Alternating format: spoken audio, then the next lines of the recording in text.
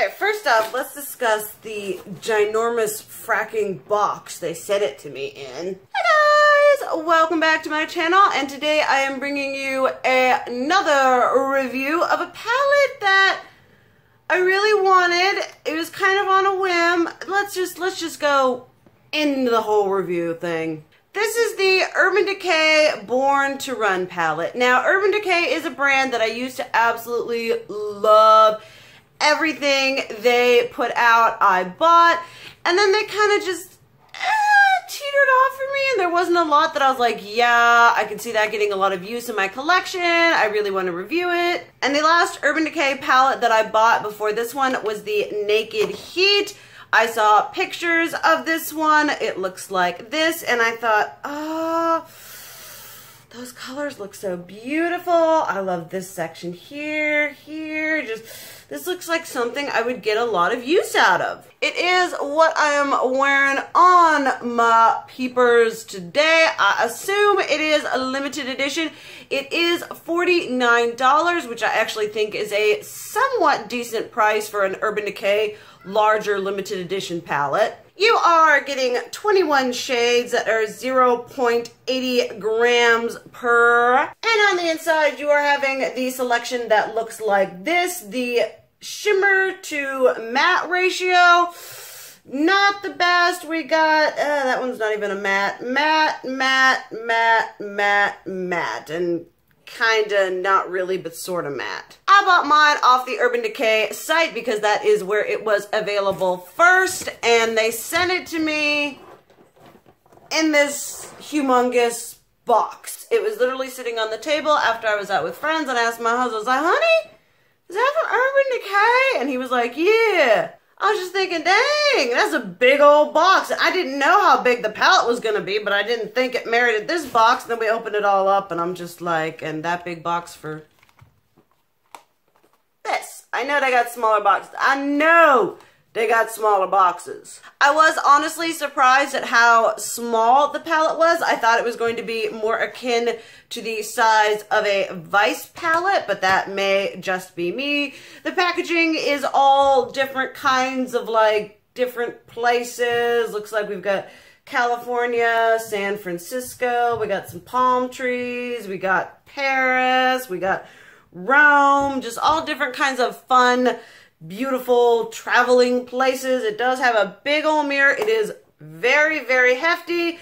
I was hoping that it would actually like snap close rather than just this like magnetic thing. That feels a little bit flimsy. But at this point, let's just get into the swatches and talk to you about how I feel about this palette. And I have some very interesting, potentially controversial thoughts, but swatches. We're going to start off with Breakaway right here, which is what I have started on, you know, brightening up the inner part of my eye. This is probably just going to blend.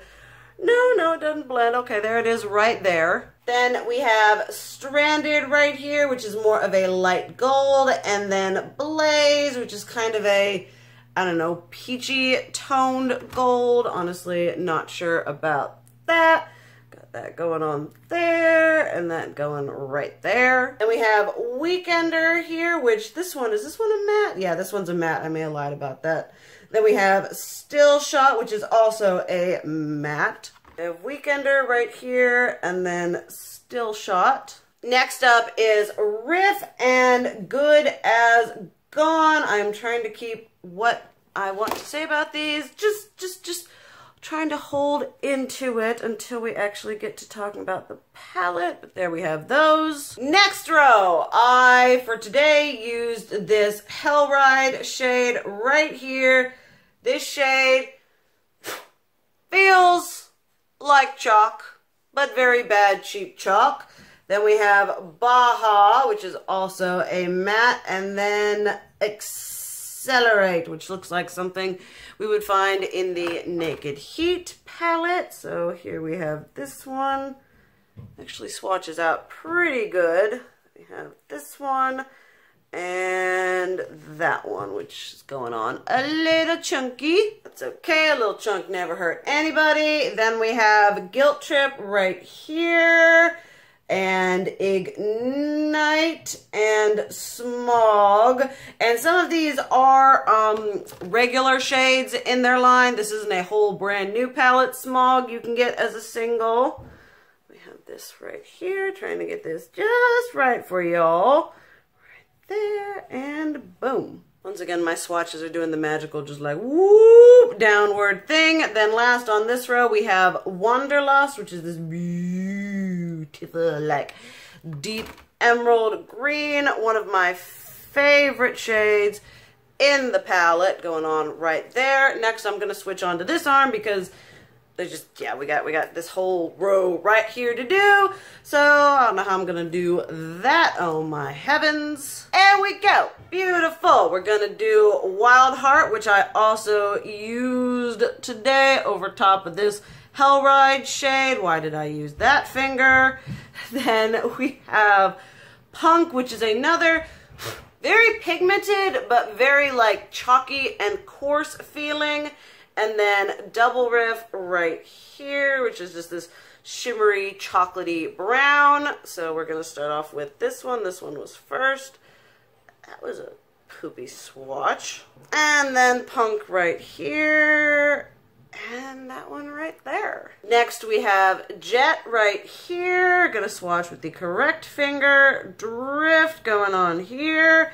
And Radio, which is these three shades right here, like three of my favorite out of the whole palette. We're going to have it here, going like that and that. Then last but not least, Big Sky, which is another favorite of mine. It's just really, it's like that blue brown pigment without the brown, so it's just the blue part of it. So there. Here we have the wonderful, fantabulous swatches going on right here. I'm sorry for all the awkwardness, but there you go. Now, I continue to include swatches in my videos because I think that they are helpful just to see the color not in the pan.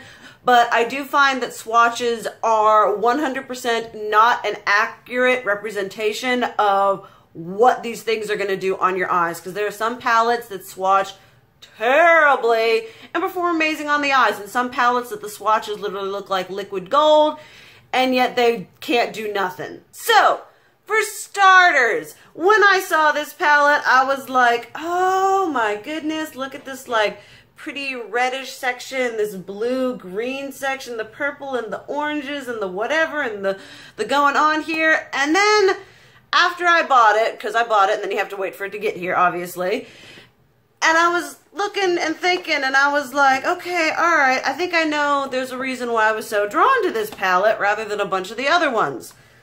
Because if you think about it, this is the Vice 4. Isn't it cute little reddy, pinky, purpley? There's some green and blue. All right. Then we got the Vice 3, maybe? I don't know. I lose count. All right. Purple. More of them reddy tones. That green, blue, whatever going on right there. Okay. Vice Limited Reloaded. This one is a little bit different, but it has that reddy, a little bit of the purple, a little bit of the greeny going on here, and a kind of a lighter, poppier version. And then this here is the Vice Limited. And once again, we've got the green, the purple, the red, the bluey, the whatever, the bronzy. And I realized as I was, you know, going through it and playing with it after I got it, this is essentially a reformatted, repurposed Vice palette. Urban Decay probably figured they were going to get shot if they gave us another Vice palette, so they said, let's take a Vice palette theme, which is throwing a crap ton of colors into a palette and giving it to them, but not as a Vice palette. Let's give it to them as this Instagrammy, born to run travel palette, and then they won't realize it's a Vice palette because we're calling it something else, but in reality, it's a Vice palette. And in reality, as a Vice palette, the quality of the shades are Vice palette quality, which is not horrible, but not the best. I used this Hellride shade today. I had used some of the other mattes like Baja, Still Shot, Punk, and Riff, and you know, some of the other ones, and they were fine. This shade was so stinking patchy and difficult to blend. I had to continue layering on top of it, like not even trying to blend it because it wouldn't blend, just layering the shadow on to hopefully cover up the patchiness. That didn't work. I had to take this shade, Wild Heart, which is essentially the same shade in a shimmer, and just cover it with a crap ton of shimmer to hide how terribly patchy it was. That was a very frustrating look today. Love this shade. Baja on the lower whatever. It is fantastic. I love a lot of the shimmers.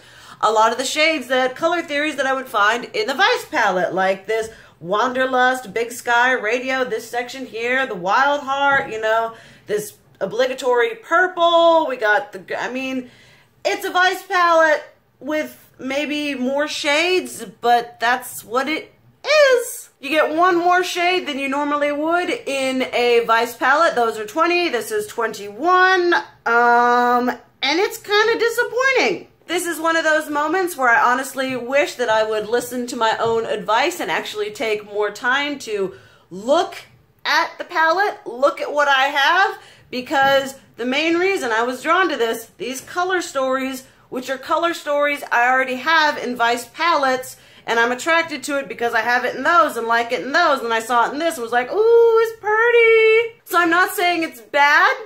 It's middle ground quality. It isn't going to be as good as their permanent naked palettes, but it also isn't going to be horrendously terrible. It's just kind of middle ground. What this does have going for it, rather than a regular Vice palette, is it does not have any shades that are chunk full of glitter. There are no horrible, nasty, shimmery, chunky shades. The closest is going to be this stranded one, but that wasn't too bad. Everything else is just a loose, soft pressed shimmer and some okay mattes. I'm honestly more disappointed in myself than I am in the product, but that's just me. If you have a Vice palette, honestly, if you have any palette from Urban Decay that's not a normal naked palette, you have this. The quality isn't amazing, the packaging doesn't blow me away, and it's just kind of like, eh. A little disappointing, but I only have myself to blame for that. I hope you guys enjoyed this review. Definitely let me know if you have the palette, what you think of it, if you like it, if you know, just let me know what your experiences are, if you have it, if you're planning on buying it or not. Thank you guys so much for watching. I love you, and as always, keep it real. Mwah!